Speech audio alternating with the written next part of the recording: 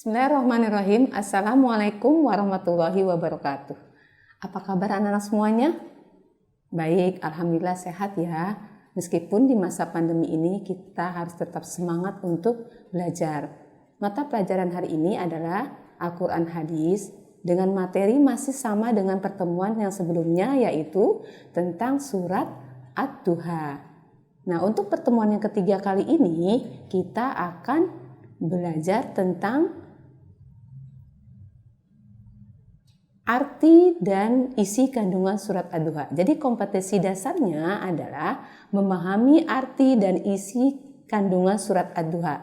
Setelah pembelajaran ini selesai, Ibu harapkan kalian dapat mengerti dan tahu apa isi kandungan surat Ad-Duha. Baik, sekarang dengarkan penjelasan Ibu. Apakah kalian sudah mengetahui isi kandungan surat Ad-Duha, baik ayat per ayat maupun secara keseluruhan? Jika belum, dengarkan penjelasan Ibu ya.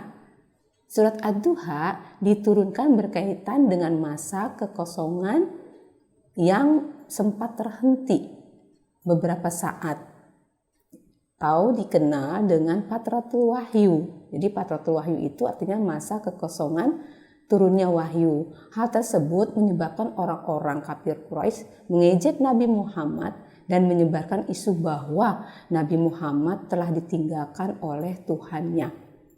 Nah, beberapa saat kemudian Allah menurunkan surat Ad-Duha untuk memberi kabar kepada Nabi Muhammad SAW. Nah, turunnya surat Ad-Duha ini menjadi bukti bagi orang-orang kafir bahwa Allah itu tidak meninggalkan Nabi Muhammad SAW, karena Nabi Muhammad sempat merasa cemas karena dikira sama orang-orang kafir Quraisy itu bahwa Allah telah meninggalkannya. Nah, sekarang mari simak ayat per ayat dari surat Ad-Duha. Ayat 1 sampai dengan ayat 3. Bismillahirrahmanirrahim. Wadduha, artinya demi waktu duha. Wallaili idza saja, dan demi malam apabila telah sunyi. Ma wadda'aka rabbuka wa ma qala, Tuhanmu tidak meninggalkanmu dan tidak pula membencimu. Nah, dalam ayat 1 sampai dengan 3, Allah Subhanahu wa taala bersumpah dengan menggunakan dua waktu, yaitu waktu duha dengan cahayanya dan waktu malam dengan kegelapan dan kesunyiannya. Nah, untuk menyatakan bahwa Allah tidak meninggalkan Rasulnya Muhammad maksudnya ya, dan tidak pula marah kepadanya sebagai perkataan orang-orang kafir dan perasaan Rasulullah itu sendiri. Berikutnya kita lanjut dengan ayat keempat dan kelima. Di ayat keempat, walal akhiratu khairul laka minal ula, dan sungguh akhir itu lebih baik daripada permulaan. Wala saufa yu'tika rabbuka fatarda, dan kelak Tuhanmu pasti memberikan karunia-Nya kepadamu sehingga kamu menjadi puas. Nah, kandungan ayat keempat ini mengungkapkan bahwa keadaan Nabi Muhammad SAW di hari-hari yang akan datang itu akan lebih baik dari hari-hari yang telah lalu. Ayat ini juga memiliki maksud bahwa kehidupan di akhirat itu lebih baik daripada kehidupan di dunia. Selanjutnya, pada ayat kelima Allah Subhanahu wa taala menyampaikan berita gembira kepada Nabi Muhammad SAW bahwa Allah terus-menerus melimpahkan karunia-Nya kepada beliau sehingga beliau menjadi senang dan bahagia. Apa karunia-Nya? Di antaranya adalah Telaga Al-Kautsar yang di kedua tepinya terdapat kubah-kubah dari mutiara dan dasarnya wangi misir. Di samping itu, Allah SWT memberikan karunia kepada beliau berupa hak untuk memberikan syafaat kepada umatnya. Makanya kita harus selalu berdoa, jangan lupa berselawat kepada Nabi Muhammad SAW. Berikutnya kita masuk kepada ayat ke-6 sampai dengan ke-8. Alam yajidka yatiman fa'awa. Nah, di sini artinya bukankah dia mendapatimu sebagai yatim, lalu dia melindungimu.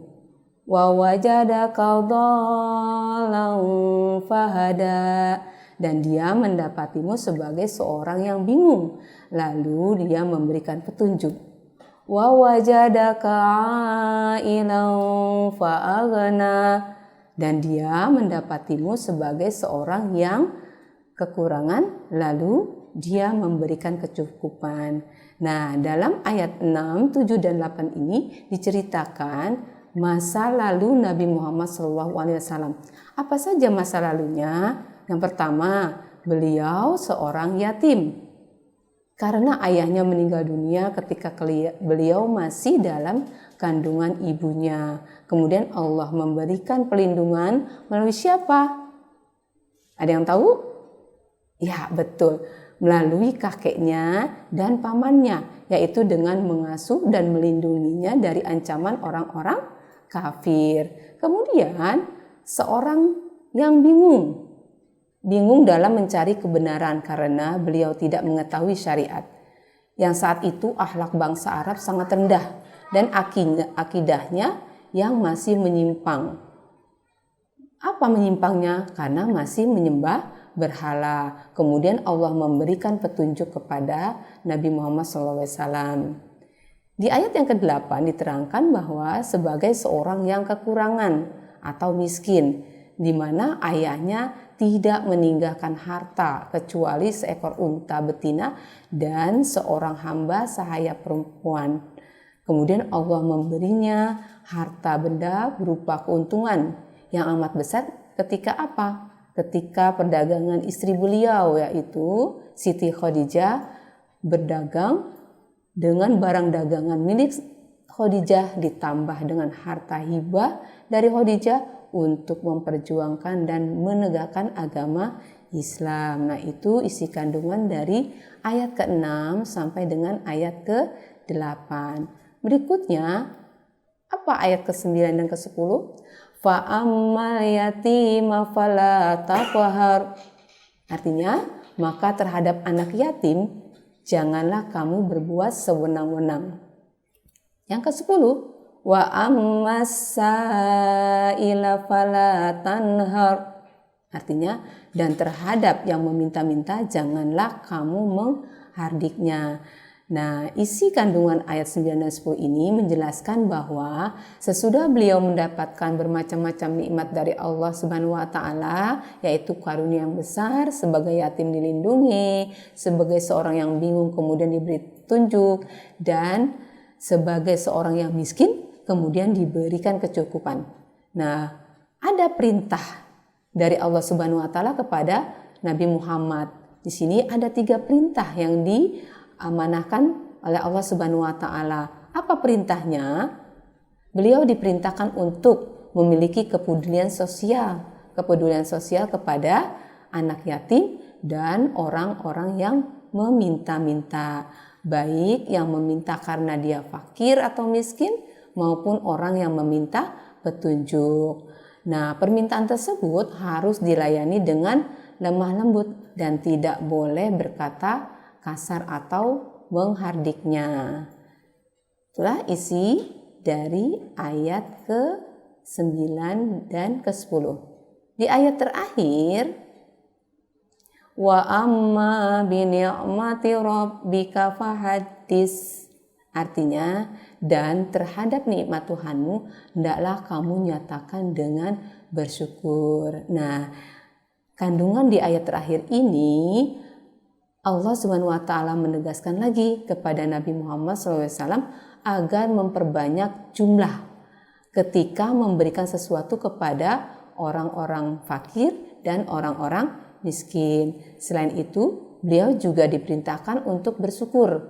Dengan cara apa? Menyebut, mengingat nikmat-nikmat yang telah Allah limpahkan kepadanya. Menyebut-nyebut apa aja? Menyebut nikmat Allah tersebut yang telah dilimpahkan kepada kita.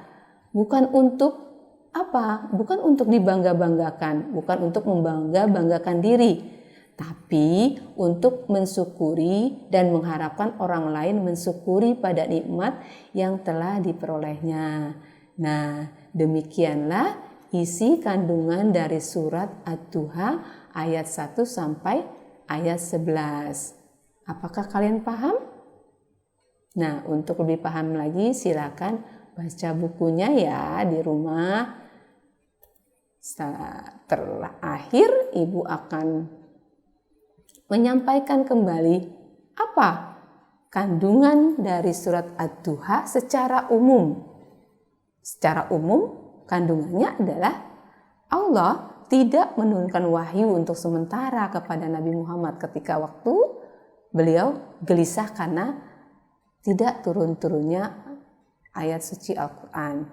Kemudian kehidupan Nabi Muhammad itu akan menjadi lebih baik dari sebelumnya. Kehidupan akhirat itu lebih baik daripada kehidupan dunia. Nah, kita harus memiliki kepedulian kepada anak yatim dan juga terhadap fakir miskin. Yang terakhir, nikmat Allah harus selalu disyukuri dengan tindakan nyata dalam kehidupan sehari-hari. Selanjutnya, apa saja nikmat yang diberikan oleh Allah kepada Nabi Muhammad? Yaitu mendapatkan perlindungan saat yatim, mendapatkan petunjuk saat kebingungan, dan diberikan kecukupan ketika beliau kekurangan. Demikianlah isi kandungan surat Ad-Duha. Selanjutnya, Ibu akan memberikan tugas kepada kalian untuk kalian bisa, apakah sudah paham dari penjelasan yang tadi telah Ibu sampaikan? Tugasnya adalah jawab ya pertanyaan ini. Apa isi kandungan surat Ad-Duha? Silakan kalian tulis pada buku tulis, kemudian kalian kirim jawabannya lewat WhatsApp kepada Ibu. Demikian, terima kasih. Wassalamualaikum warahmatullahi wabarakatuh.